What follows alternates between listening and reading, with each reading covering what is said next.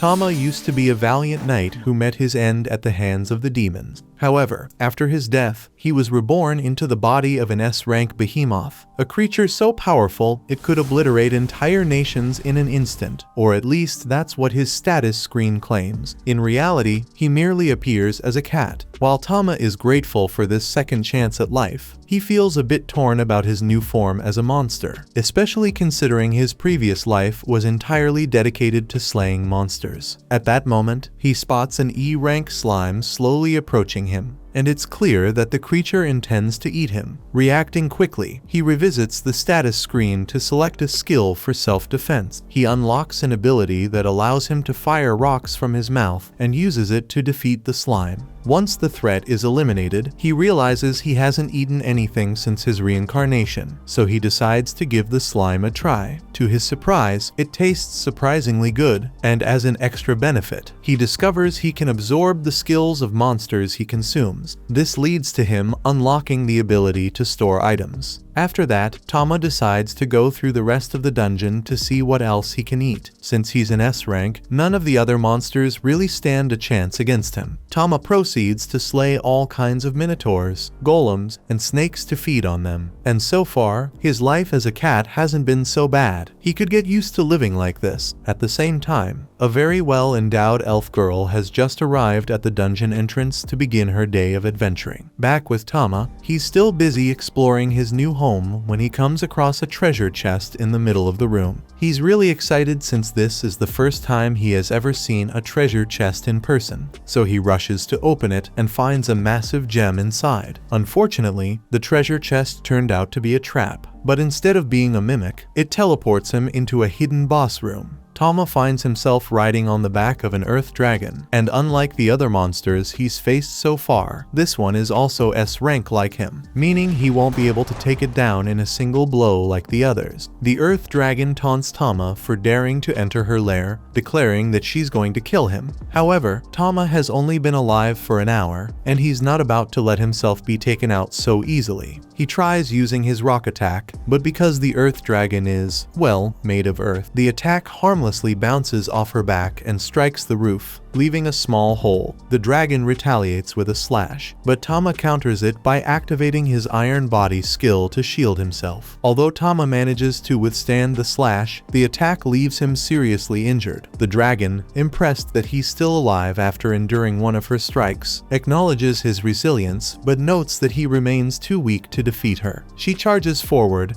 intending to finish him off. At the last moment, however, Tama activates a flight skill and uses his tail to slash out the dragon's eye before escaping through the hole in the ceiling. Tama is losing a lot of blood from his injuries, so he's trying to get out of the dungeon to find a safe place to rest before he ends up passing out. He's right next to the exit, but he eventually succumbs to the blood loss and collapses to the ground. Just then, he notices something approaching from around the corner, and since he can't move anymore, whatever that thing is will definitely be able to kill him once he is spotted. Luckily for him, it was the elf girl who came around the corner. As soon as she saw the near lifeless body of a cat, she rushed over to help him. Tama wakes up a few hours later to find himself lying in bed with his wounds carefully bandaged. Feeling disoriented, he wonders where he might be, but his confusion is interrupted when an elf girl enters the room holding a bowl of milk for him. He recalls catching a glimpse of her just before passing out and can't help but marvel at her beauty. The elf girl is visibly relieved to see Tama awake, noting that his injuries were quite severe. She admits she has no idea how a little kitten like him could have ended up in the middle of a dungeon. Tama quickly realizes that she believes he's just an ordinary cat rather than the powerful behemoth he truly is. Since he can't speak, there's no way to explain the truth. But even if he could, why would he ruin the arrangement when it means getting to sleep on her chest every night? Over the next few weeks, the elf girl continues to take care of Tama until he has fully recovered from his wounds. One day, Arya heads out as usual, and while she's gone, Tama thinks about how grateful he is for what she has done for him. She not only nursed him back to health, but she also gave him food to eat and let him sleep in her bed. In order to pay her back for her kindness, Tama swears that no matter what happens, he's going to make sure he protects that girl with his life. To ensure her safety, Tama decides to follow Aria into the dungeon so he can keep an eye on her. He sneaks onto the boat before it leaves. Once they get to the dungeon, he begins quietly following Aria while staying hidden. He's a bit worried that she might get herself into some kind of weird situation, like losing her clothes to a slime or something, so he prepares himself to jump in at the first sign of trouble. As Aria encounters a group of goblins, she swiftly activates her acceleration skill, cutting them down with ease. Once the fight is over, she kneels to collect their ears, intending to claim the reward later. Watching her in action, Tama is thoroughly impressed. With his past experience as a knight, he knows a great deal about swordsmanship and can easily recognize just how incredible Aria's speed and technique are. As Aria finishes stowing the goblin ears, she spots another goblin peering at her from behind a corner. Instinctively, she assumes her battle stance. She's already killed enough goblins to meet her quota for the day, but if this one insists on attacking, she's ready to take it down too. What she doesn't realize, however, is that this goblin isn't ordinary, it's a goblin mage. Without warning, it hurls a massive fireball in her direction. Caught off guard and unprepared to handle such an attack, Aria finds herself in serious trouble. Tama doesn't want to let her get hurt, but he can't use any of his overpowered skills without revealing that he's a monster. Instead, he pushes Aria out of the way and slashes the goblin mage with his regular kitty paws, causing it to stumble backward and fall down the dungeon stairs to its doom. Aria doesn't understand why or how Tama managed to get here, but she's grateful that he saved her. On the ride back to town, she lets him lay on her triple Ds while she tickles his belly, and Tama is absolutely loving it. After returning to town, Aria heads straight to the Adventurers Guild to submit the goblin ears she collected. As she approaches the reception desk, she is intercepted by Lord Casman. Though she has encountered him before, she had been trying to steer clear of him because of his persistent attempts to recruit her into his party. Aria tries to politely decline his offer, fully aware of Casman's sleazy nature, but he refuses to accept her rejection. As if to push his luck, he reaches out to grab both of her cheeks. Before his hands can make contact, Tama springs into action, biting down hard on Casman's hand and refusing to let go. Casman yells in pain, flailing wildly in an attempt to shake Tama loose. When he finally manages to dislodge the furious kitten, Tama lands directly on Casman's face and unleashes a flurry of scratches before leaping back onto Aria's chest, leaving Casman thoroughly humiliated. Casman is enraged and is about to draw his sword to attack Tama, but before he could take a swing, his sword is grabbed by the guild master, Arnold. Arnold reminds Casman that the guild has rules against brandishing weapons, especially when it's for a reason as pathetic as beefing with a cat. So there are going to be major consequences for him if he continues. Casman doesn't want to mess with Arnold, so he immediately runs out the door. Aria begins thanking Arnold for helping her out. He tells her it's no big deal and compliments Tama for sticking up for Aria when he bit Casman's hand. Aria then heads to the reception desk, and Arnold documents all monster parts to officially complete Aria's quest. Afterwards, Aria takes a seat at one of the tables, so she can spend some quality time with Tama. Up to this point, everything has been fairly wholesome, but Aria is starting to exhibit some odd behavior. While she's tickling Tama's stomach, her finger begins to stray dangerously close to his balls, and she seems a bit too thrilled about the idea of tickling her cat's private area. Shortly after, Aria prepares to take a bath and decides to bring Tama along with her. However, Tama,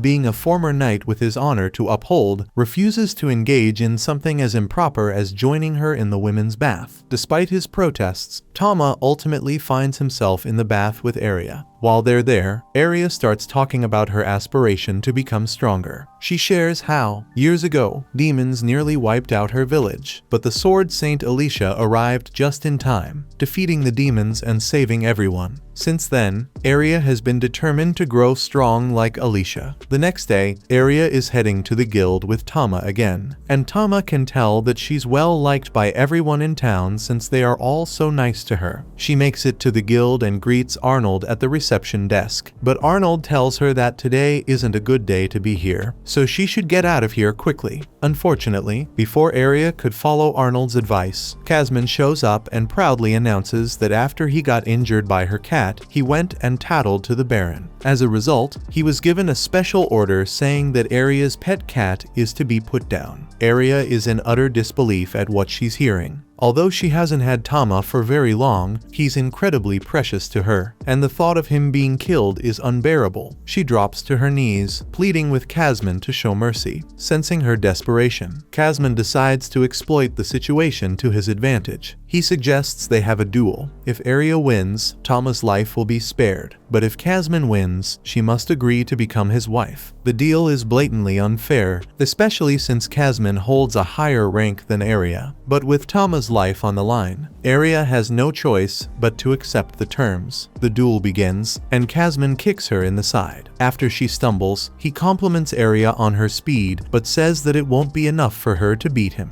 Aria tries to switch tactics and throws several daggers at him, but Casman has a knife-proof cape, so he is easily able to block. He then charges at Aria and begins putting pressure on her by repeatedly striking with his sword until he eventually disarms her. Now, all hope is pretty much lost for Aria since she can no longer defend herself. Tama is feeling deeply torn at this moment. If he doesn't do anything, Aria will be forced into marrying Casman. However, if he uses any of his abilities, the onlookers will realize he's actually a monster. As Casman moves in to deliver the final strike and make Aria surrender, Tama decides he can't stand by any longer. He leaps in to protect Aria, activating his iron body skill to shatter Casman's blade. Immediately after, Tama unleashes a powerful howl skill, sending Casman hurtling into a cluster of nearby trees. By sheer coincidence, Casman's sword is flung in the same direction aimed directly at his balls, ensuring he's about to have an extremely unpleasant experience. After what just happened, everyone in the crowd begins murmuring amongst themselves because they know they just saw the cat use skills. Tama knew this would happen, and now that everyone has seen him use skills, it won't be long before they figure out that he's a monster. He knows he'll definitely be killed, but even so, he's satisfied with this outcome because he at least managed to defend Aria. Aria and Arnold approach Tama, and after witnessing him use his skills, they begin discussing what he might actually be, rather than concluding that Tama is a monster. They are convinced that he must be an elemental cat. Arnold announces Aria as the winner, and everything returns to normal, allowing Tama to carry on his life as an overpowered cat with the coziest bed imaginable.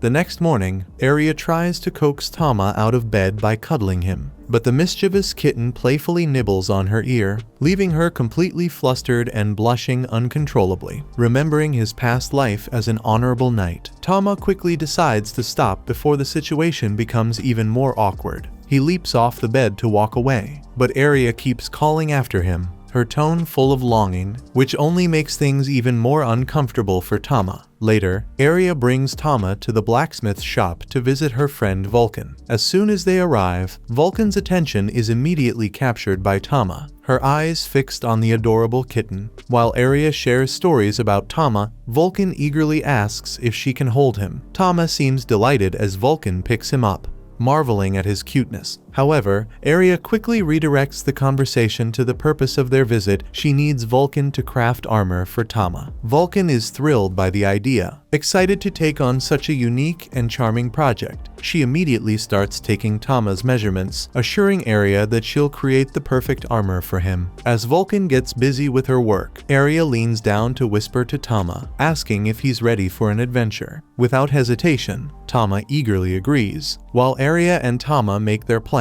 Vulcan is laser-focused on crafting the armor, treating the task like it's her life's mission. In just under 10 minutes, Vulcan proudly presents the completed armor, and it turns out to be a masterpiece. Tama looks dashing in it, and the fit is perfect. However, Vulcan admits she's still struggling with another issue: Aria's sword. Despite reforging it over 100 times, she hasn't been able to make it any lighter, which makes it difficult for Aria to wield effectively during her quests. After some thought, Vulcan suggests forming a temporary party. This way, she can observe Aria in action, watching how she swings the sword to better understand the problem and find a solution. That day, the team dives into the dungeon, where Vulcan quickly demonstrates her strength, smashing through the hideous goblins they encounter. Aria watches in awe, completely captivated by Vulcan's boldness and incredible power. While Tama admires her as both fearless and highly skilled, Vulcan's expertise is further demonstrated when she deflects a fireball attack from one of the monsters using a special ability linked to her smithing talents. She explains that her power allows her to imbue her armor with various elemental attributes, making her highly adaptable in battle. With the path now clear, Vulcan steps aside and urges Aria to take the lead with her sword. Their next challenge is an unsightly, oversized orc. The creature's grotesque appearance is both repulsive and intimidating, but Aria charges in regardless. Activating her acceleration skill, she attempts to land a strike, but the orc proves to be surprisingly agile, expertly blocking her attacks. Tama then steps in, soaring through the air and activating his iron body technique to shield Aria from an incoming blow. Distracting the orc just long enough, seizing the moment, Aria strikes and eliminates the beast in a single decisive attack. Vulcan observes Aria's movements closely and notices her long sword hinders her flow in battle, making her strikes less effective.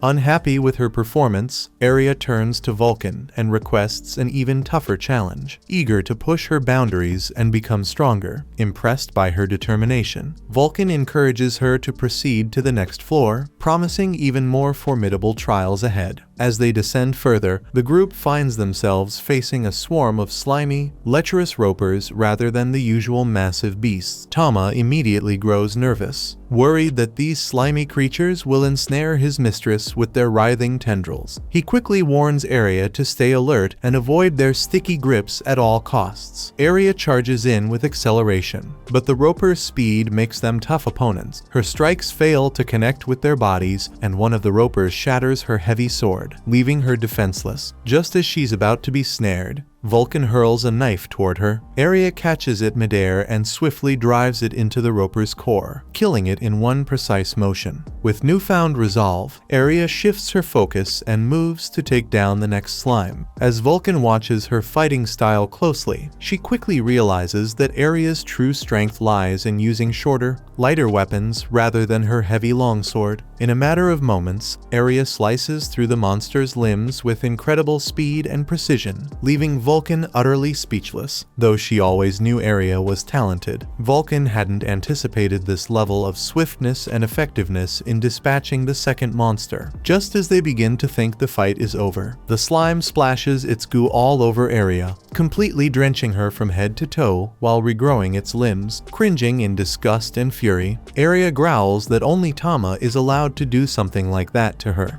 Fueled by her outrage, she obliterates the creature in a single devastating move. This time, she cuts it into so many pieces that there's no chance of it regenerating. Vulcan and Tama rush to congratulate her on her incredible display of skill. While Vulcan moves closer to offer praise, Tama, being the cheeky little kitten he is, stops halfway to steal a bit of juice from the dead monster to absorb its skill for his own use. Still fuming, Aria unleashes her frustration on the remnants of the roper that dared to drench her in its disgusting goo. She furiously stabs its already destroyed body over and over, muttering vengeful thoughts under her breath, while Tama watches in silent bewilderment, wondering if she might be taking things a bit too far. After her rampage, Aria opens up to Vulcan and shares the story behind her choice to wield longswords. She recounts meeting the Sword Saint during her childhood, a figure who became her idol and inspired her to take up the weapon. Even though the longsword doesn't naturally suit her fighting style, Aria devoted years to mastering it in an effort to follow in her hero's footsteps. However, with her recent realization that daggers complement her skills far better, she has decided to embrace this newfound strength. Tama listens attentively and offers his support, reassuring her that this change will only make her stronger. Recognizing Aria's growth, Vulcan suggests venturing to a deeper floor of the dungeon, trusting in Aria's ability to handle the challenges with her daggers. Before pressing on, they decide to rest near a Philosopher's Stone, a rare artifact that keeps monsters at bay within its vicinity. As they take a break,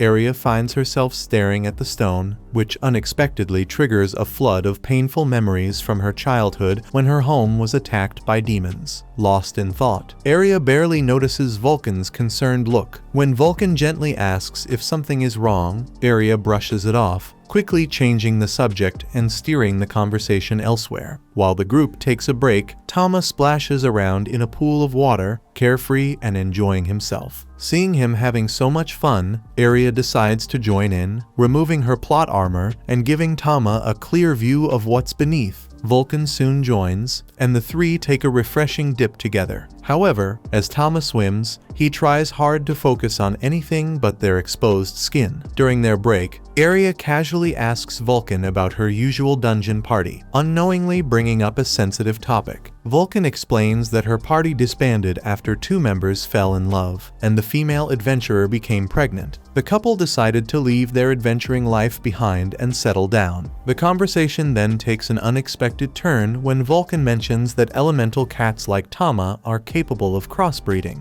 speculating about what might happen if Tama grows larger and enters a serious heat season. As their break ends, the group heads to the next dungeon floor, where they encounter a fierce minotaur. Unlike the goblins and ropers from earlier, this creature is a formidable opponent. Aria approaches carefully, accelerating toward the beast and executing her whirlwind/technique. However, her attack barely scratches the minotaur's thick hide, leaving her shaken. Vulcan steps in, offering encouragement and helping Aria regain her composure. Motivated by Vulcan's encouragement, Aria regains her focus and unleashes a series of faster, more aggressive attacks. Overwhelmed by her speed, the Minotaur begins swinging its massive weapon recklessly. One of its wild swings hits the ceiling, causing chunks of debris to fall dangerously close to Vulcan. Acting swiftly, Tama uses his howling skill to deflect the falling rubble, saving Vulcan just in time. Inspired by Tama's quick thinking and courage, Aria spots an opening and delivers a devastating strike straight to the Minotaur's chest, taking the beast down once and for all. As Tama cheers for Aria's hard-earned victory, Vulcan stands in awe, marveling at the little cat's strength and courage. Her thoughts wander as she can't help but think that Tama is a really powerful alpha male. Back at the Adventurers Guild, Aria, Vulcan, and Tama turn in the loot they gathered during their dungeon raid. They then approach Arnold, who inspects the deep cut marks on the Minotaur remains and asks who was responsible for dealing such impressive damage. With a proud smile, Vulcan explains that the marks were the result of Aria's newly refined skills. Arnold, remembering how much weaker Aria had been when she first arrived in town, praises her for her remarkable growth and dedication. Blushing at the compliment,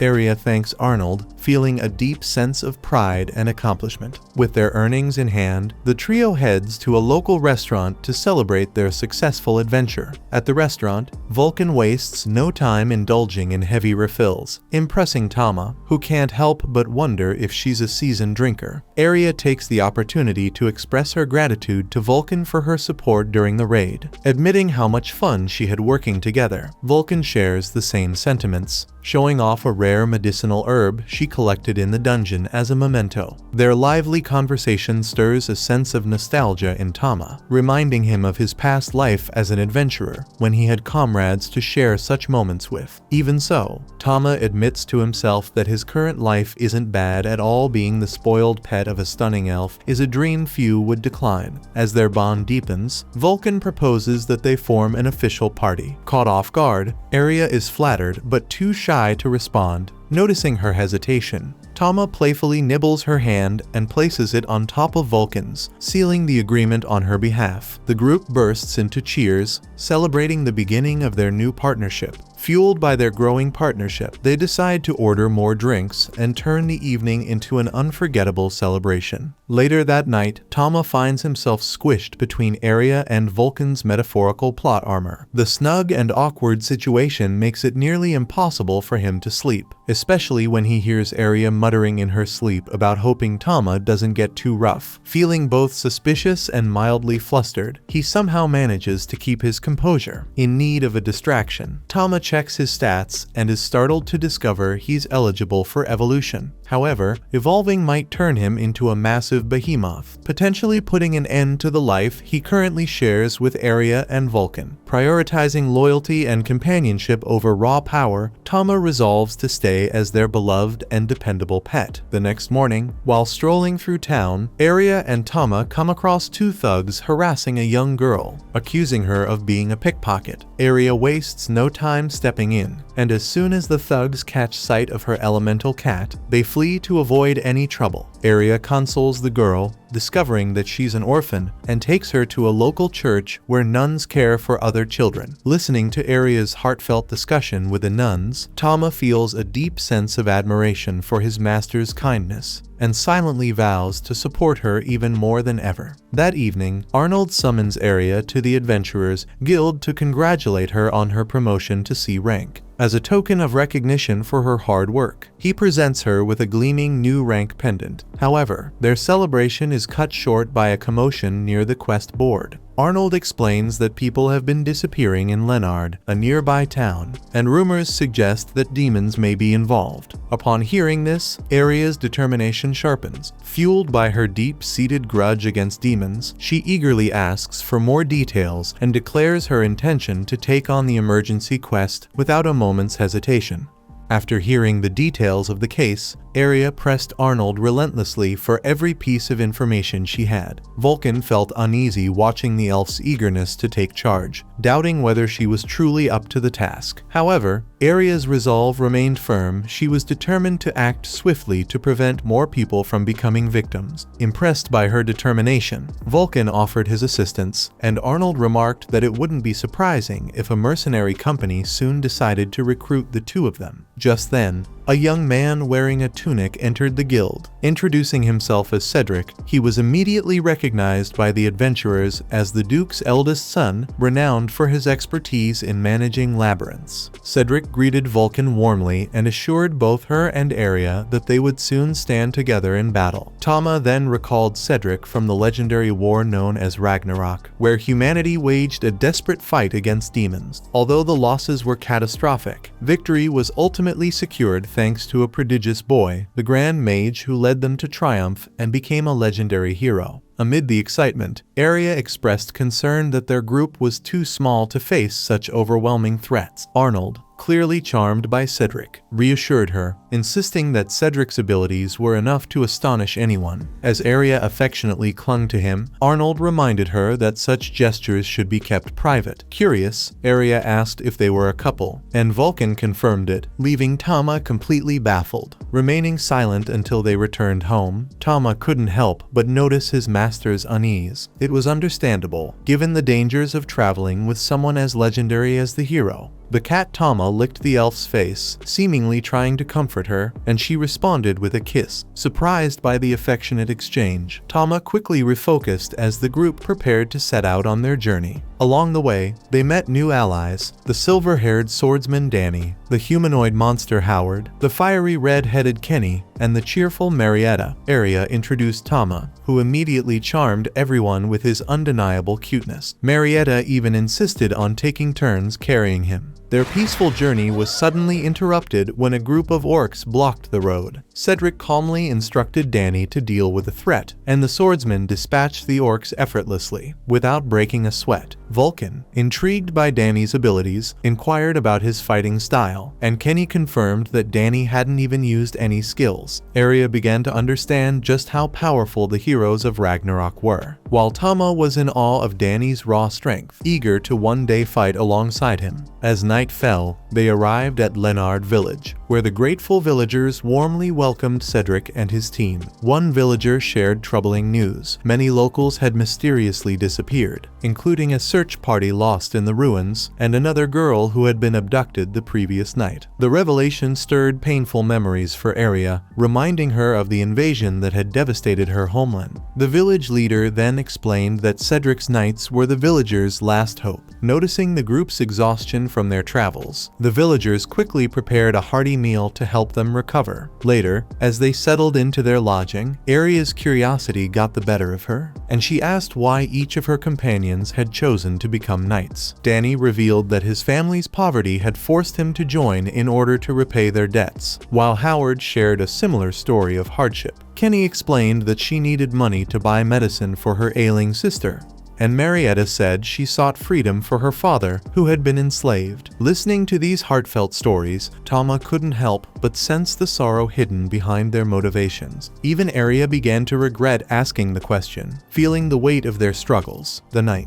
however, felt no shame in their choices. They had faced their struggles, paid their dues, and were now forging their own paths. Cedric's reason for joining, though, was entirely different. He admitted he had no interest in love or family obligations. As the Duke's son, he joined the order not out of duty, but because he lacked a greater purpose and found enjoyment in slaying monsters. While his blunt honesty didn't sit well with everyone, no one voiced any objections. After dinner, it was time for everyone to bathe. While the girls enjoyed a relaxing soak, the boys, driven by youthful mischief, attempted to sneak a peek. Tama, ever watchful, caught them in the act. With a booming shout, he sent Danny and Howard scrambling back to their quarters. Thoroughly embarrassed, Cedric observed their hurried retreat with mild amusement, quietly pondering their excitement for the journey, a feeling he couldn't entirely share. Once the group was refreshed, they pressed on, venturing deeper into the foreboding labyrinth. Unbeknownst to them, a malevolent creature was silently stalking their every move. To this hidden predator, the adventurers were nothing more than prey, watched closely as it gathered its strength and prepared to execute its deadly plans. Before long, their progress was halted by a pack of werewolves blocking their path. Howard, acting as the tank, stepped forward with his massive shield, taunting the wolves to draw their attention and create an opening for his companions to strike. Cedric demonstrated his unparalleled swordsmanship with flawless precision, while Arya dove into the battle, determined to prove herself. Tama, noticing the armored werewolves, briefly considered unleashing a powerful roar, but instead chose a water-based attack. With perfect aim,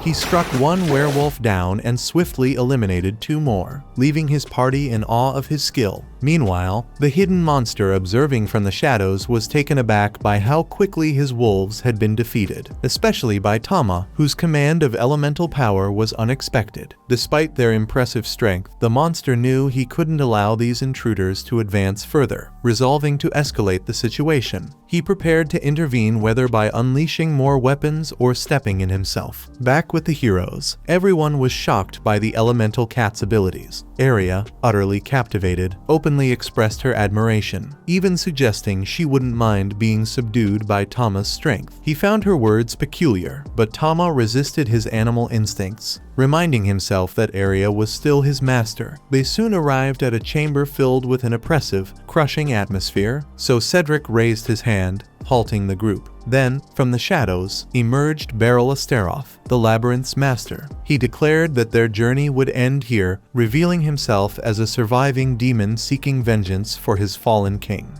Danny immediately accused Beryl of targeting Leonard Village out of revenge, but the demon dismissed the claim with a sinister grin, explaining that the town was merely the beginning of a much larger scheme. Without hesitation, he summoned a group of trolls to attack. Realizing the threat, Cedric quickly ordered the team to split up.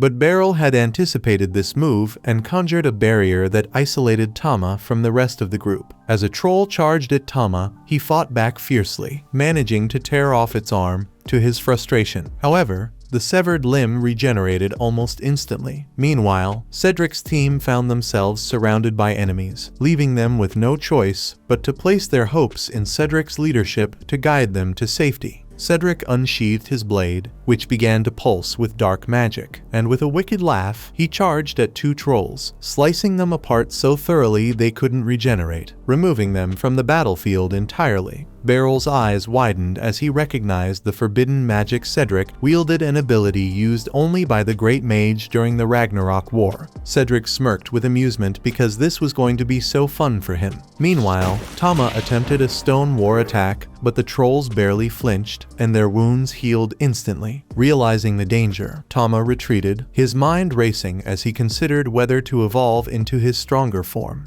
However, evolving would mean breaking his bond with Arya, a sacrifice Tama refused to make. Resolute in his choice to stay by her side, he unleashed Flame Roar, scorching the trolls and preventing their wounds from regenerating. His daring tactics succeeded, and the trolls collapsed in defeat. Enraged by the relentless attack, Beryl prepared for the next confrontation. Vulcan charged forward with his massive hammer, swinging it powerfully, but Beryl skillfully dodged and deflected Aria's knife strike with his dagger. Smirking, Beryl mocked the hammer's slow and predictable movements. However, he was caught off guard when Vulcan suddenly kicked up a cloud of dust, temporarily blinding him. Seizing the opportunity, Aria darted forward and drove her blade into Beryl's chest. At first, he dismissed the wound as trivial, but then light radiated from the elf's enchanted dagger, amplifying the damage and forcing him to his knees. Snarling in pain, Beryl struck back with his dagger, delivering a vicious wound to Aria far more than a simple cut. The group rushed to her side, panic setting in as Tama feared the weapon might be poisoned. Meanwhile, Beryl, still alive, smirked darkly and declared that humanity would crumble when true power returned. Then, with those ominous words, his body began to petrify, turning to stone before crumbling into dust. Meanwhile, the poison rapidly spread through Aria's arm. Cedric examined the wound with a grim expression, identifying it as dragon venom, a lethal toxin. Howard pressed her arm against his enchanted shield, hoping to slow the poison's progress, while the group hurried back to Leonard Village. Upon their arrival, the village doctor confirmed their fears. Dragon venom was invariably fatal within a day and a half, and survival was impossible without the eye of an earth dragon. Desperate to save Aria, the group debated the idea of hunting the beast, but Cedric adamantly objected, insisting there wasn't enough time. As Aria's pain grew unbearable, Tama, consumed by guilt and despair, leapt out the window and took off. Memories of Aria saving his life overwhelmed Tama, and he made a solemn vow to repay her kindness, no matter the cost. Determined, he raced to the ruins where he had been reborn as an elemental cat, ready to confront the Earth Dragon, the same beast he had fought before and barely escaped. The dragon, surprised to see Tama return, sneered and taunted him for fleeing during their last encounter. But this time, Tama didn't falter. Deep down, he understood that his current strength wasn't enough to win. With no other options, Tama made a life-altering choice. He decided to evolve into a full behemoth, unleashing his ultimate power to save Aria.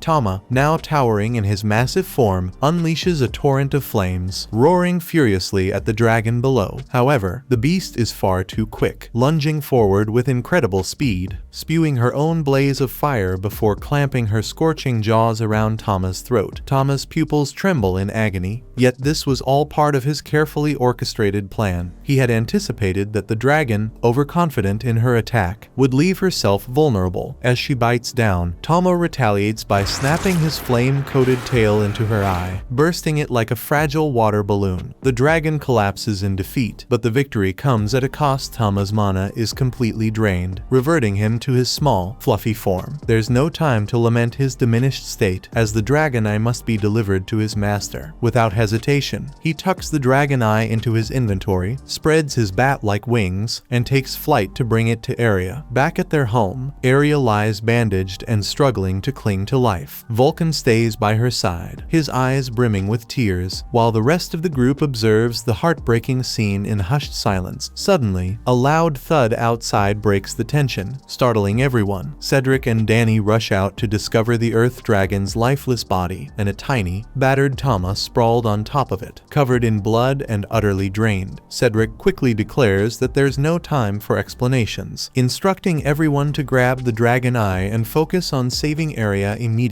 As the group scrambles to act, Tama quietly prays for Aria, unaware that she remains ensnared in a harrowing nightmare. In her dream, Aria finds herself surrounded by flames as her village is reduced to ruins, torn apart by destruction. At just 13 years old, her home was attacked by demons searching for the Philosopher's Stone, slaughtering everyone in their path without mercy. In the chaos, we see young Aria trembling with fear, trying to flee but accidentally crossing paths with the demons. paralyzed by terror. She could only shake uncontrollably. Just as all hope seemed lost, an elemental cat, strikingly similar to Tama, appeared out of nowhere and saved her life. Suddenly, Aria jolts awake, the vivid memory of her past still sharp in her mind. At that moment, she realizes why she has always felt such a deep affection for cats. Her gaze falls on Tama, curled up peacefully beside her, and a profound sense of gratitude washes over her. The next morning, everyone is relieved and overjoyed to see Aria looking noticeably better. Arnold, overwhelmed by emotion, begins sobbing uncontrollably. Although she's no longer in immediate danger, traces of the toxin still remain in her system, requiring Aria to spend the next few days in recovery to fully heal. Later that evening, Tama ventures into the forest alone, seeking out monsters to test his growing abilities. Since his clash with the Earth Dragon, he's been wrestling with the mechanics of his evolutionary forms. While his colossal form seems to have vanished, he's discovered that he gained new powers from the dragon. Spotting a towering minotaur in the distance, Tama seizes the opportunity to try out his newly acquired Dragon Claw and Dragon Fang. With swift, devastating precision, he takes down the monster in seconds, astonished by the sheer power he now wields. Suddenly, the faint sound of footsteps catches Tama's ear. Emerging from the shadows is a maiden, her torn clothing and elegant features creating a stark contrast with the unnerving aura she exudes. What's peculiar is how she speaks to Tama directly, referring to him as the Strong One, almost as if she's familiar with him. Even more unsettling, she swiftly snatches one of Tama's armor pieces, as though she's been tracking him. The woman then questions why Tama is in his furball form, her curiosity quickly escalating into a frenzied obsession. She begins chasing him, shouting about his strong body and trying to grab him. Terrified, Tama lets out a screech and darts toward a tiny hole, barely evading her outstretched hands. Her erratic and deranged behavior leaves him utterly shaken. While he manages to escape, he then returns to Aria, who is peacefully asleep, and curls into her arms for comfort, still shaken by the encounter. As he drifts off, Tama can't shake the eerie feeling that the crazy woman seems familiar. The following day, Aria dresses Tama in an adorable linen outfit adorned with frills, making him look irresistibly cute. The two then head out for a picnic, where Aria lays out a delightful spread of treats and hands Tama some berries to snack on. As they enjoy the peaceful moment, Aria brings up the Earth Dragon, reminiscing about how they had found Tama bloodied and exhausted beside its lifeless body. She then begins to share more about her past, asking Tama if he remembers the stories she had told him before. Aria recounts the harrowing attack on her village, Lumines, when demons had invaded, and how an elemental cat had come to her rescue. The village's salvation ultimately came from the Sword Saint, who single-handedly vanquished the demons. On that day, young Aria had made a solemn vow to become a strong warrior, leaving her mother and family behind with the promise that she would return even stronger. However, Aria's voice trembles as she admits she feels like she's always being saved, whether by Vulcan, Cedric's party, or Tama himself. Tears then form in her eyes as she confesses that, despite her vow to protect her comrades and her people, it feels like she's the one constantly needing protection. Tama quickly jumps to his feet, comforting Aria as she wipes her tears. She understands what he's trying to tell her, that she shouldn't feel down because, after all, she defeated Beryl herself and deserves some credit. Later, Aria and Tama pay a visit to Vulcan, who reveals that the armor Aria had commissioned is finally ready. Aria had amassed a small fortune as a reward for defeating Beryl and supplemented it by selling the loot from the trolls that Tama had taken down. She had invested the entire amount into purchasing top-notch armor. Although it came at a steep price, Vulcan reassures her that her safety is worth every coin. The new armor is both stylish and functional, and Aria's excitement is palpable. She bounces around joyfully, thrilled by how lightweight and comfortable it feels. Vulcan begins explaining the intricate details of the armor's craftsmanship, but Tama remains silent, simply admiring how impressive his master looks in her new battle attire. The three of them then decide to take a trip and test the armor in action. As they enter a tunnel, the atmosphere is tense because it's been some time since Aria has ventured into such a place. Tama jumps off her shoulder and uses his Lion King's blessing to grant her and Vulcan resistance hands to fire and ice, a gesture that makes Arya gush over how adorable he is. Soon, the group encounters an ogre, and Arya doesn't hesitate. She charges forward with blinding speed, surprising even Vulcan because she didn't even use her skill. With one precise blow, she beheads the creature, leaving it no chance to counterattack. Arya celebrates her success, praising the armor and her sharp moon knives. Their moment of joy is abruptly cut short when Tama freezes, his instincts picking up on a disturbing presence nearby. From the shadows emerges the unsettling woman, muttering cryptically about destiny and her mission to find Tama. Confused, Arya asks if she's a lost adventurer from ruin, but the woman dismisses the idea, claiming she knows nothing of such a place. Instead, she declares herself a being born of darkness, reaching out toward Tama with a desperate intensity. Vulcan speculates that she might be suffering from amnesia, but her behavior only becomes stranger. Her rambling turns more erratic, spilling secrets best left unspoken. Before stunning everyone with an outrageous demand, she insists that Tama must impregnate her. Arya remains calm and waves her off, firmly stating that Tama is just a little kitten. Tama, horrified, hides in Arya's arms for safety. Seeing this, the woman gets further enraged and accuses Arya of taming Tama and stealing him away. Despite the bizarre interaction, Arya remains compassionate and invites the woman to join their group, believing it's safer than leaving her alone where she might end up as a slave or worse. Arya reassures Tama that he will be protected, and the woman reluctantly agrees, seeing this as her best chance to stay close to Tama. On the way back, they decide to give the wild woman a name. Though she shows little interest, Arya points to a star and suggests the name Stella, explaining that it means beautiful in her homeland. Even Tama seems to approve, and the woman eventually agrees to be called Stella. Once they return home, the challenging task of washing Stella begins. Impatient, she repeatedly asks how long it will take, but Arya remains determined to scrub her thoroughly. When the bath is finally over, Stella feels refreshed and delighted, jumping around and marveling at the peculiar stone used to clean her. Vulcan corrects her, explaining that it's called soap. Overcome with excitement, Stella dives into the pool with a cannonball and splashes around like an exuberant child. Arya then calls Tama over to wash his little feet. Seeing this, Stella gets jealous. She yells that it's not fair and demands to wash Tama herself, but Arya calmly turns her down, saying only she, as his owner, has that privilege. Later that night, Tama wakes up to Stella telepathically calling him. He sees her creepily staring at him. To his shock, they're communicating through their minds. Stella reminds him of how he slaughtered her, confusing Tama until she mentions the labyrinth. That's when he realizes she is the reincarnated Earth Dragon. Stella explains that she was born from darkness, gifted with S-rank abilities that made her untouchable by other creatures until Tama defeated her by destroying her eye. After her defeat, she was reborn and reincarnated, much like Tama, but this time as a frail and tattered maiden. In the final moments of her past life, she made a vow to seek out Tama in her next life, and she wasted no time in fulfilling that promise. Tama listens nervously, his posture tense and hunched, as he processes her story. Hesitantly, he asks if she has returned to take revenge, but Stella reveals that her intentions are far more sinister. Stella then calmly proclaims that she has completely surrendered to him and has no desire for battle. Instead, she confesses her true intention. All she wants is his baby kitties to reproduce, leaving Tama utterly horrified. She passionately declares that he is the only strong male she has ever encountered and admits that she has fallen hopelessly in love with him. Suddenly, without warning, Stella lunges at Tama, her intentions unmistakable. However, Arya intervenes just in time, pulling Tama to safety and leaving Stella trembling in a corner, consumed with shame. Arya firmly scolds Stella, warning her to stay away from Tama, before calmly turning and heading back to bed. As Tama tries to relax, he can still hear Stella's eerie muttering in the shadows, vowing that she will eventually find a way to get to him. The next morning, Arya invited Stella to breakfast, tasting real food for the very first time. Stella momentarily lost herself in pure bliss before quickly regaining her composure and engaging in another internal conversation with Tama. After finishing their meal, Arya decided to take Stella on a stroll through town, hoping that the sights might trigger some of the memories Stella claimed to have forgotten. However, the only thing Stella could remember was the image of Tama leaping into her golden gloves, which she insisted persisted was the only mystery she truly cared about solving. This made Tama realize that, in Stella's perspective, Aria was the stronger of the two. Aria then suggested that Stella consider becoming an adventurer as a way to find purpose. To help her prepare, she brought Stella to Vulcan's shop to address her plot cannons. Both Aria and Vulcan were slightly doubtful about Stella's choice of an outfit that looked like something out of an online catalog. But Stella was thrilled with how the snug fit kept her melons secure and comfortable. Afterward, Aria focused on finding the right weapon for Stella. However, Stella dismissed the need for concern by demonstrating her half-dragon abilities, revealing that she still retained a great deal of strength from her past life. The group experimented with various weapons until Stella decided on a massive shield designed for giants. When Tama curiously asked why she hadn't chosen a sword, Stella explained that her defeat against him had taught her the value of prioritizing defense. Feeling satisfied, she paired the shield with a sword for balance, and the group proceeded into the dungeon to test her new gear, with Aria assigning Tama to keep a close watch on her during the battle. Before Vulcan could come up with a proper plan, Stella rushed ahead and stumbled upon 3 goblins casually enjoying a meal. The startled goblins immediately went on the offensive, prompting Aria and Vulcan to yell for Stella to fall back and regroup with Tama. However, Stella paid no attention to their warnings. She dropped her shield and sword, unleashing her dragon claws to kill 2 of the goblins in an instant. The 3rd goblin attempted a desperate counterattack from behind, but Stella snatched up her sword mid-swing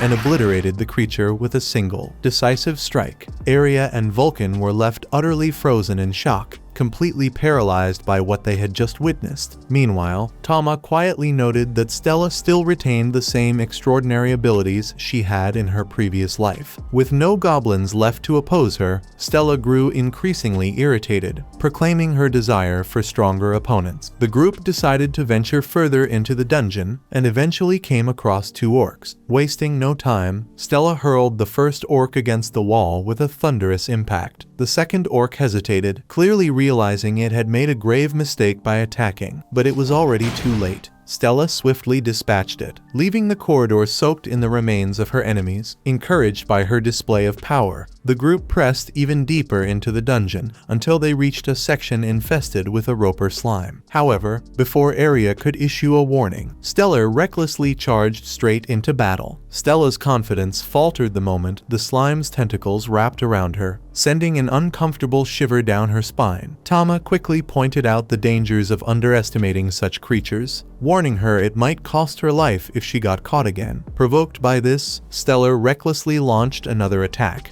only for the slime to counter by grabbing her sword and drenching her in sticky love juices. The unexpected assault caused Stella to lose her composure, prompting Aria and Vulcan to rush in to rescue her. Meanwhile, Tama noticed that Stella's erratic behavior seemed to be linked to her dragon instinct. Using one of his own tentacle skills, Tama restrained both the girls and the slime before unleashing a powerful water blast that obliterated the slime, putting an end to the chaos caused by the creature. After regaining her composure, Stella felt deeply humiliated by her earlier display of weakness. Tama, however, offered her gentle words of reassurance, pledging to protect her from any harm in the future. This heartfelt promise once again ignited Stella's dragon instincts, causing her body to produce an overwhelming amount of dragon slime. Determined to learn from her missteps, Stella decided to accept Vulcan's guidance, making a firm vow to grow stronger and prove herself as a valuable member of the team. Their conversation brought back memories of the adventurers she had once defeated in her previous life, and she vividly recalled how powerful they had become when they worked as a team. The thought of reaching that same level of strength now filled her with renewed excitement and unwavering determination. At that moment, Aria became overwhelmed by her own intrusive thoughts. She turned to Tama and passionately pleaded with him to use his tentacle skill on her plot cannons. Tama was left utterly speechless, unable to grasp the sheer absurdity of her request. Before he could even begin to process the situation, Aria started shedding her armor with wild abandon. Thankfully, Vulcan stepped in just in time, successfully restraining Aria before the situation could escalate any further. Shortly after, the group resumed their journey deeper into the dungeon, eagerly seeking their next unfortunate target. After some discussion, the group took a moment to plan Stella's role in their coordinated tactics. With her immense strength and durability, they decided she would take on the position of the team's vanguard, serving as both a shield and an enforcer. It wasn't long before they came across a group of orcs. Stella stepped forward without hesitation, raising her shield to draw the creature's attacks. One particularly aggressive orc charged recklessly at her, but Stella countered with a single, precise blow that severed its arm. As she closed in to deliver the finishing strike, the wounded orc, now consumed by fear, turned and bolted like a terrified pig, refusing to let it escape. Stella immediately gave chase, driven by unwavering determination. At the same time, Tama activated his enchanted enhancement ability to amplify Area and Vulcan's magical prowess, unintentionally fueling Area's already growing fixation on his eggplant. Together, they obliterated every remaining creature that dared to cross their path until they stumbled upon a tranquil dungeon bath. Without hesitation, the group decided to take a break and relax. What followed was pure chaos for Tama, as he struggled to maintain control of his inner thoughts, while the girls shamelessly flaunted their melons, testing the limits of his self-restraint. The situation took an even more dramatic turn when Area, completely unapologetic, pulled Tama onto her chest, insisting it was the perfect spot for him to unwind. Not willing to back down, Stella pressed her dragon melons against Area's, sparking a heated rivalry over who truly deserved Tama's attention. Convinced beyond a doubt that Area was beneath her, Stella boldly proclaimed that she could treasure Tama far more than Area ever could. Naturally, Area wasn't about to concede, and their fiery disagreement escalated rapidly. Vulcan, stuck in the middle of the turmoil, tried to intervene by proposing a compromise, suggesting that Stella take the role of Tama's junior wife. However, this suggestion only added fuel to the fire, intensifying their argument even further. As the tension between them peaked, the sheer force of their clashing melons sent Tama hurtling straight into the ceiling, leaving him to question every decision that had brought him to this absurd moment. Later, the group made their way back to the guild to introduce Stella to Arnold. However, before they could officially register her as an adventurer, Arnold introduced them to a man named Lays, who had an unusual request. Lays explained that he was preparing for a long journey and required a capable team to safeguard a highly valuable item. When Area curiously asked about the nature of this item, Lays declined to discuss it in public. Instead, he led them to a secure storage facility, where he unveiled the mysterious object in question, Stella's own dragon carcass. The revelation left her utterly stunned. Lays explains that this is the remains of a formidable creature that rebelled against its foe, at least that's how it appears to the merchant, leading him to purchase the item. As Stella remains fixated on the skeleton, Tama reaches out to her telepathically, asking if she's alright. She replies that it feels strange because the moment her eyes fell on it, a memory of being killed resurfaced, overwhelming her with sorrow. In reality, this pain stems from the deep emotions she holds for the powerful Tama. At that moment, Arnold arrives, and just before Area departs, he hands her the Alpha promotion tag for rank B. Following that, the group embarks on their escort mission, while Arnold and Vulcan see the travelers off. As they journey onward, the adventurers face several threats, but none have managed to halt the carriage's progress, as Area, Stella, and Tama perform their roles flawlessly. As the day comes to an end, the group sets up camp, and Lays gives Area some lilies of the valley. Stella curiously asks if they're edible, to which Lays explains that his wife, Alyssa, loves these flowers and that he used to gather them for her. Upon learning that the man has a wife, Tama realizes why he shows no interest in her master. Area then inquires about his plans for the Earth Dragon skeleton, and he admits that it's a good question. A weapons merchant had begun stockpiling rare materials, believing that a great war was on the horizon. Hearing this, Tama recalls the moment when the demon they battled mentioned that a powerful creature had been resurrected. Finally, Lays remarks that they should reach Gladstone by tomorrow, suggesting that it's best to rest. With that, the group settles down to sleep. But at a certain hour in the early morning, an unusual phenomenon suddenly starts spreading across the area. Tama rushes out of his tent, trying to grasp what's happening, as everything around them appears to be affected, except for their camp. Or so it seems. Area wakes up in the midst of this, while Lays reassures everyone that the cargo is secure, explaining that this this is merely the formation of a new labyrinth. Few are aware of it, but it is indeed possible for a dungeon to spontaneously emerge in the middle of nowhere. The group moves forward, passing through the thick fog that had formed during the dungeon's creation, and Lays assumes they made it through safely. Arya feels relieved but admits that she would love to return and explore. Meanwhile, Tama contemplates the fact that newly formed labyrinths always contain rare materials,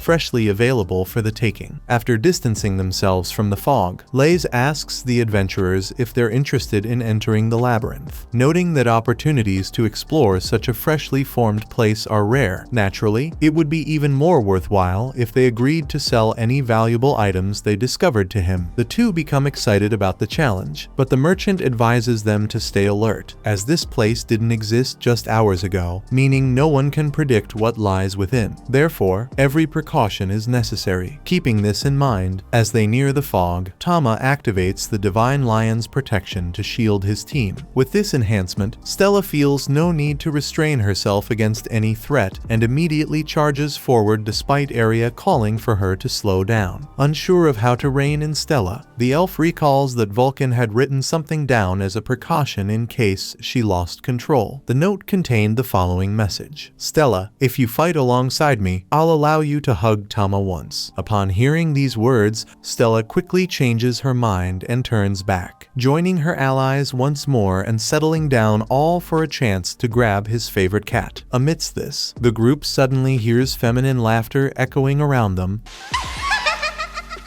and a magical sphere appears, inquiring whether the adventurers are seeking the treasure. The orb invites them to follow, and without hesitation, Stella dashes after it. However, the illusion leads them straight into an ambush, where two giant monkeys charge at them. Stella does her job as a tank, taunting the enemies and making them focus on her. When one of the monkeys headbutts her shield, Arya takes the opportunity and kills both monsters. Arya praises the excellent teamwork of her companion, but Stella mourns she didn't do it for the team, but specifically for Tama. Amidst this, a nearby bush suddenly begins to shake, and a soft, innocent voice attempts to feign innocence, claiming that no one is there. Stella, not fooled, firmly orders them to come out before they have to chase them down. In response, two pixies emerge, each vastly different in size. The smaller one introduces herself as Lily, a high pixie, while the other one is Fairy, a high dryad. Stella curiously asks what these creatures taste like, to which Arya responds that they are pixies, typically found in labyrinth forests, though she has never encountered any herself. Finally, she introduces herself to the duo, but the two seem only interested in Tama, immediately picking him up to pet him. Feeling this is unfair, Stella attacks them in frustration, but Tama quickly intervenes through telepathy, asking her to calm down. Stella insists that these pests tried to kill the group by leading them into a trap, but Lily quickly denies the accusation. She explains that she and Fairy had no such intentions, they simply wanted to befriend the elemental cat, and were merely guiding him toward the treasure. Speaking of treasure, Fairy reveals the grand item hidden behind this labyrinth. Upon opening the box, they discover that it is the exquisite flask of a potion that certainly seems very rare. Lily and Fairy inform them that there are other treasures like this in the area, but to access them, they first need to obtain a key hidden within a tree swarming with giant evil bees. Just as they receive this information, the insects launch an attack, forcing Stella to shield herself, while Tama swiftly responds with Aether Howl. At the same time, Arya follows up with Whirlwind Cut, striking down all the bees in their path. After their victory, Fairy picks up Tama again, emphasizing how strong he is despite being so small and cute at the same time. Lily praises the cat's two companions, while Stella makes it clear she's the type who gets things done. Meanwhile, Arya retrieves a key from a tree, and Lily and Fairy explain that she will be responsible for opening the door to the labyrinth's boss, who guards the dungeon's main treasure. Arya assumes that this place must contain some exceptionally rare items and suggests they take a break before moving forward, considering their exhaustion from the long journey and the uncertainty of what awaits them. At that moment, the pixies eagerly request to be taken to a human city, expressing their long-held desire to visit one. At dawn, the pixies are enchanted by their first visit to a city, and Arya asks them to stay close so they don't get lost. But the pixies are so mesmerized that they run off towards the first enticing smell they detect. Consequently, Arya has to scold them, reminding them that they could be captured if they are careless, since fairies are rare and valuable. Finally, Arya declares that it's time to head to Lay's store and see what they might come across along the way, only to find the pixies once again darting off, snatching a bowl of human food from a nearby stall. Seeing this, Stella insists on tasting it as well. Arya quickly steps in to assure the stall owner that she will cover the cost, noticing his growing impatience. With that settled, Fairy finally gets the chance to try the food she had never encountered before. Some time later, after retrieving the rare item from the labyrinth, Lays is thrilled to discover that it is the Tear of Truth, a liquid that prevents anyone who consumes it from lying. The merchant assumes that obtaining such an item must have been a great challenge, and just as Arya is about to explain the ordeal, the pixies suddenly burst into the room, behaving like two mischievous children. Upon seeing them, Lays is somehow moved and apologizes for becoming emotional, but the truth is he had never seen pixies before. He then mentions he forgot to handle a matter and leaves without further explanation. Later, at bedtime, Stella approaches Tama to claim her reward, a hug from him, but the cat slaps Stella. However, this time even Arya admits her companion did a great job. Therefore, she asks her pet to grant just one hug. Reluctantly, Tama complies. At that moment, even Stella can barely believe what she's about to accomplish, so much so that she hesitates, unsure of how to claim her long-awaited reward. Finally, she gently pats the small creature before eagerly leaning in to sniff his belly with excitement. Meanwhile, Vulcan approaches the escort group after completing her work in the city, only to be caught off guard by a skeleton suddenly rising from the ground. However, since it poses no real threat, she effortlessly smashes it with her hammer. But as a bell tolls, a surge of purple energy surrounds the scattered bones, leaving Vulcan trying to make sense of what's unfolding. At that moment, the escort group reaches the boss's door and turns the key. Then, they enter the portal, leaving the fairies behind, who cheer for their companions. Upon reaching the other side, the team is confronted by a B-rank torrent dragon, which immediately launches a barrage of powerful magical projectiles, slamming into Stella's shield with force. However, Stella refuses to retreat. Pressing forward undeterred, she strikes the dragon with her shield, successfully drawing its attention to herself. Arya attempts to use the distraction to flank the enemy, but the dragon catches on and swings its tail toward her. Reacting swiftly, Stella dashes back, intercepting the attack with her shield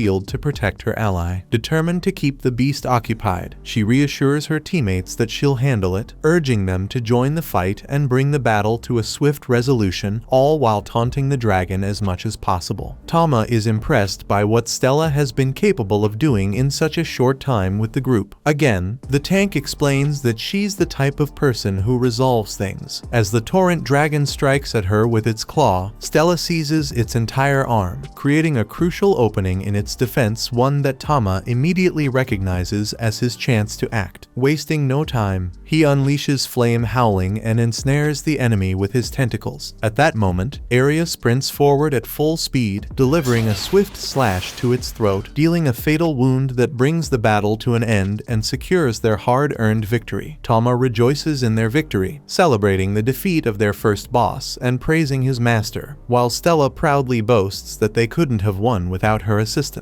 Shortly after, the group discovers a treasure chest containing 2 scrolls. Upon activation, they release a surge of maximum energy into Arya's body, granting her an ancient ability known as Sacred Blade. With their new achievement, the group heads back to the labyrinth forest in search of the pixies, only to find that the two are nowhere to be seen. Growing concerned, Tama dashes toward the bowl of food Fairy had been holding, fearing that something may have happened to them. Meanwhile, in his office, Lays rings his bell and contemplates that it won't be long before something significant begins. As he does so, his gaze lingers on a portrait of his wife, Alyssa. As they make their way back home, the group moves anxiously through the forest, completely unaware of where the 2 pixies might have disappeared. With their heads lowered, they return to the city, where Stella and Arya recount everything to Vulcan. Hearing their story, Vulcan proposes that they check the tavern. All of a sudden, a butler steps into the room accompanied accompanied by two hooded men, declaring that Count Gladstone is looking for Arya. As he speaks, it becomes evident that this man is assessing the women's bodies in a demeaning way, letting his gaze wander over each of them. He then comments on Stella and Vulcan, noting their striking presence and beauty, assuring that the Count would undoubtedly be delighted to see them. Stella has no clue what the man is referring to but declines nonetheless. Arya firmly states that they are occupied at the moment, but assures him that they will visit the Count at a later time, whoever he may be. However, the butler clarifies that refusing a direct order from the Count is considered a crime. Realizing that the situation is more serious than it seems, Vulcan quickly responds, saying they will prepare right away. Thus, the butler waits for the women in the carriage outside. As the man leaves the shop, Stella asks why they need to go with this lunatic since they need to find the fairies, but Vulcan mentions that she's heard some intriguing things about this Count Gladstone. While riding in the carriage, Vulcan discloses that this noble has a reputation for abducting women. Stella then questions whether he might have taken Lily and Fairy, to which Vulcan confirms that this is precisely why they agreed to go with the Count's butler. After some time, they finally reach the noble's mansion, where the butler steps forward and knocks on his master's door to announce the arrival of the guests. The Count commands everyone to come inside, and as soon as he sees them seated on his sofa, he remarks that he has never encountered women as stunning as these. Vulcan expresses her gratitude for his hospitality, and Arya follows suit. Upon hearing this, the noble suddenly snaps his fingers, as if struck by a brilliant idea, and suggests that they could become his friends, or rather, his lovers. The faggot man confidently claims that no one has ever regretted this, while Tama silently notes that this unsightly man is just as repulsive as the rumors suggested. Just then, the butler enters carrying a jug of tea and proceeds to pour a cup for each guest. Gladstone encourages everyone to drink, but the women remain visibly cautious, uncertain about what might be in the beverage. Vulcan politely declines, stating she isn't thirsty, but the Count insists they at least give it a try. With that, Arya prepares to take a sip, causing the man to nearly drool in anticipation. However, just before the elf can drink, Tama activates the Lion King's blessing, strengthening her allies and ensuring no harm befalls their bodies. Moments later, all three take a sip of the tea, and with undisguised delight, Gladstone eagerly asks for their thoughts. To his surprise, all three loved it and even ask for more, leaving the Count extremely confused and questioning his butler why they didn't pass out at his master's ear. The servant confesses he doesn't know, but will prepare a stronger dose. Amid the tension, Stella slams her fist on the table, demanding to know the whereabouts of Lily and Fairy. Without a second thought, she seizes the Count by his shirt, but he adamantly claims to know nothing. Through telepathic communication, Tama urges her to back off, and reluctantly, she releases him, hoping to defuse the situation. Arya still offers an apology for her friend's outburst. However, the Count suddenly turns accusatory, proclaiming that they must be demons who have taken possession of these women's bodies. He then declares that he must employ his family's secret purification method to cleanse their bodies and souls, beginning by locking them up immediately. Upon hearing this, the butler claps his hands, signaling the noble's subordinates, hooded and armed men, who immediately encircle the girls. Stella sarcastically thanks the heavens for leading them into this mess and gets ready to take the men down, but through telepathy, Tama warns that now isn't the right time. Meanwhile, Arya and Vulcan attempt to reassure the Count that they didn't come looking for trouble. Just then, a soldier rushes in, urgently informing the butler that an army of the undead has invaded the city, wreaking havoc among the population. To make matters worse, the horde is advancing straight toward the Count's mansion. Gladstone immediately commands everyone to get ready to flee, but the butler cautions that traveling now would be far too dangerous, suggesting instead that the Count should stay upstairs for his own safety. Finding the idea appealing, Gladstone swiftly orders all his servants to defend him with their lives before dashing up the staircase. The butler then inquires about what should be done with the visitors, but the foppish noble couldn't care less. With that, the noble's employees follow him, leaving the girls alone. Arya confesses she's worried about the people in the city and wishes to go out to do something against the invasion. Her friends agree that action must be taken. Outside, swarms of skeletons spread chaos throughout the territory as people frantically run for their lives, struggling to survive. Arya and Vulcan take charge, guiding the townsfolk toward the hills for safety. Once the civilians successfully escape, The elf jumps into battle, fighting alongside her elemental cat companion. Stella doesn't stay behind and smashes some skeletons with her shield, but finds the fact that they're so fragile too boring. Nearby, a skeleton approaches a defenseless child, but Vulcan saves the little girl by smashing the monster and placing the girl on her back to escape. Upon rejoining her allies, she asserts that there's no way they can take down all these skeletons and that their best option is to find the one controlling them. Agreeing with this strategy, Aria suggests they split up. Vulcan will focus on leading the townspeople to safety and protecting the little girl, while Aria, Stella, and Tama head off to track down the caster responsible for summoning these creatures. Meanwhile, the Count shelters on the rooftop next to the butler and a soldier, as the group of protagonists hears the sound of a bell ringing toward the mansion of Lays. They arrive there and come face to face with him. He explains that he's only seeking revenge, as Count Gladstone killed his fiancée, Alyssa. Fueled by hatred, the man summons even more skeletons, and Tama quickly recognizes him as a necromancer. Lays admits that on his own, he can barely summon 2 skeletons, but with the assistance of Lily and Fairy, his power increases significantly. With that, the human unveils the 2 pixies concealed beneath his robe. Provoking the group's fury, Tama suspects that Lays used the bell to control the fairies, and that the arrow he's holding might also be connected to this. Speaking of which, Lays uses the arrow to drain the mana from Lily and Fairy to fuel his selfish desires of summoning a true army. After all, as Lays himself says, fairies possess extraordinary mana, and with their power, the human was able to unleash an explosion that turned his entire house into ruins, making way for the skeleton of the Earth Dragon that Lays was so eager to procure. Having received everything he needed and more, the man mockingly thanks the opposing group, claiming that none of this would have been possible without them. With that, Lays positions himself at the center of the giant skeleton's chest, as if becoming the very heart of the conjured beast. Overcome with fury at the sight of her body being desecrated in such a way, Stella charges headfirst through the horde of skeletons, tearing through them with relentless force, only to be swatted away by the dragon's massive paw. Reacting swiftly, Tama unleashes the Ether Howl, shattering the enemy's skeletal tail, but to their dismay, each fractured bone seamlessly returns to its original place, reconstructing the tail with uncanny precision. Now it's Aria's turn, who unleashes her new skill, Holy Blade. With the holy damage, the dragon is finally struck. But the problem is that this skill drains a lot of mana from the user, risking her physical integrity. Noticing this, Tama realizes he cannot evolve into his behemoth form at the moment, so he warns Stella that their master can't use Holy Blade again just yet. They need to buy some time and rescue Lily and Fairy. Without delay, Stella charges with her shield against the horde of skeletons, clearing a path toward the dragon, while Tama follows the same route through the air. In the heart of the city, the residents erect barricades and defend themselves as best they can, but Vulcan arrives, unwilling to abandon them to their fate. The little girl manages to break free from her back and dashes toward her mother. Meanwhile, Vulcan drags her hammer along the ground, carving a line that quickly erupts into a fiery barrier, cutting off the enemy's advance. Shifting back to Tama, he unleashes the flame howl, striking his target, but Stella ends up pinned beneath one of the dragon's massive paws. Drawing on her incredible strength, she pushes against it, using her shield as leverage, determined not to be defeated by a mere lifeless husk. Tama sees this as an opportunity to conjure his tentacles and grab Lily and Fairy, clearing the way for Aria to finish off Lays. As the elf prepares her skill, Stella uses her integral traction technique to strengthen her legs, freeing herself from the paw and slicing off the beast's left arm with her sword. Tama joins the attack with the flame edge and cuts the dragon, while Aria delivers the final blow to the beast's core with Holy Blade. With that, the monster disappears into thin air, leaving Lays on the ground, mourning deeply as he realizes his vengeance has vanished like dust in the wind. Aria steps forward, insisting that this isn't the real Lays and that Alyssa would never have wished for revenge. Even so, the man refuses to forgive Count Gladstone and once again rings his bell, determined to lead his army to victory. But this time, only a single skeleton responds, slowly making its way toward the summoner. As it reaches him, the monster takes his hand and transforms into the image of his wife, surrounding them with the illusion of a vast, serene field. Alyssa smiles, remarking that her husband never thinks clearly when he's upset. Lays begins to weep, sleep, pleading for her forgiveness and admitting that everything was his fault. Alyssa gently tells him that he must atone for his sins, and though the path will be difficult, he will find a way to overcome it. With that, she vanishes forever, taking the bell with her along with the entire skeletal army, which relied on the artifact for control. Meanwhile, in the heart of the city, Vulcan watches in shock as the undead dissolve into thin air, while Gladstone trembles in terror as the creatures continue scaling the roof. The next day, in the public square, the population gathers to witness an execution. Inside a tent nearby, the Count's butler claims this is the chance for the chief to demonstrate power. Then, Arya arrives with a jug of tea and serves a cup to Gladstone, who drinks the liquid with a smile, enchanted by the flavor of what seems to be a rather expensive beverage. At this, Tama acknowledges that the tea was indeed not cheap. Moments later, the Count makes his way to the guillotine, where Lays is already in position for the fatal blow. However, before proceeding, the noble turns to the gathered citizens and introduces the true heroines of the city area, Stella and Vulcan. With that, he declares the execution of the man who brought this catastrophe upon the people of Gladstone and questions what could have driven him to commit such actions. Lays replies that his actions were driven by a desire for vengeance over his wife's death. In response, Gladstone openly admits that he was the one who killed Alyssa, but claims that revealing this sooner would have jeopardized his plan. The crowd is left in shock upon hearing his confession, and in that moment, the Count realizes he has spoken unnecessarily. Holding a potion in her hand, Arya asks the Count if he knows anything about the women who vanished in the city. Still disoriented, Gladstone immediately confesses everything, admitting that he was the one who eliminated them all. Panicked, the noble demands to know what is happening, to which the elf calmly explains that she had mixed a small amount of truth drop into his tea, compelling him to reveal his crimes before the entire crowd. Furious, the crowd erupts in outrage against their corrupt and criminal leader, especially since the missing women were their own loved ones. Consumed by rage, they take matters into their own hands, ensuring that Gladstone faces justice at their hands. After everything unfolds, Lays expresses his gratitude to the girls, thanking them for all they have done for him. Many days later, after openly confessing his crimes, Gladstone was stripped of his title as Count and sentenced to life in prison, while Lays, having avoided the death penalty, was instead sentenced to incarceration. The following day, as the group of protagonists rode in a carriage, Stella, feeling envious, questioned whether the pixies shouldn't head back to the forest. In response, Lily mentioned that she preferred to remain with the elemental kitten, while Fairy expressed her appreciation for being saved. Shortly after, the two gazed out the carriage window, captivated by the sight of the sea. Meanwhile, Vulcan was thrilled about their approach to Ruine, and Arya gently reminded her pet that they were returning to the place where they had first met. Soon after, they made their way to the guild, where Arnold welcomed them with a bear hug that wrapped around all the newcomers at once. Excited to hear their stories, the receptionist was eager to learn about their experiences in Gladstone. It wasn't just Arnold, every adventurer in the guild recognized Arya for defeating the S-rank undead dragon, granting her the reputation of a heroine. In celebration, Arnold presented Arya with a silver adventurer's tag. From that moment on, Arya was in a rank, while Stella advanced to B rank. Although thrilled about her promotion,